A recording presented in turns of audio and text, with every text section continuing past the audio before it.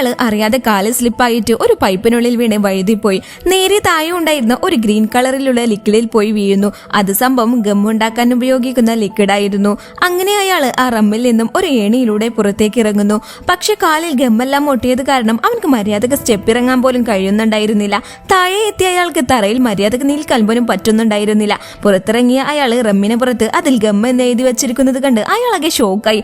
അത് നോക്കി നിന്ന് അവന്റെ കാല് തറയിൽ നല്ല ടൈറ്റായി ഒട്ടുകയും ചെയ്തു. അങ്ങനെ അതെടുക്കാൻ വേണ്ടി കുറെ ട്രൈ ചെയ്തതും അവസാനം ഷൂവിന്റെ അടി അവിടെ ഒട്ടിയിട്ട് ബാക്കി പറഞ്ഞു പോന്നു. അതിനുശേഷം അയാൾ മുട്ടുകുത്തി വേഗം ഡോറിന്റെ അടുത്തെത്തി.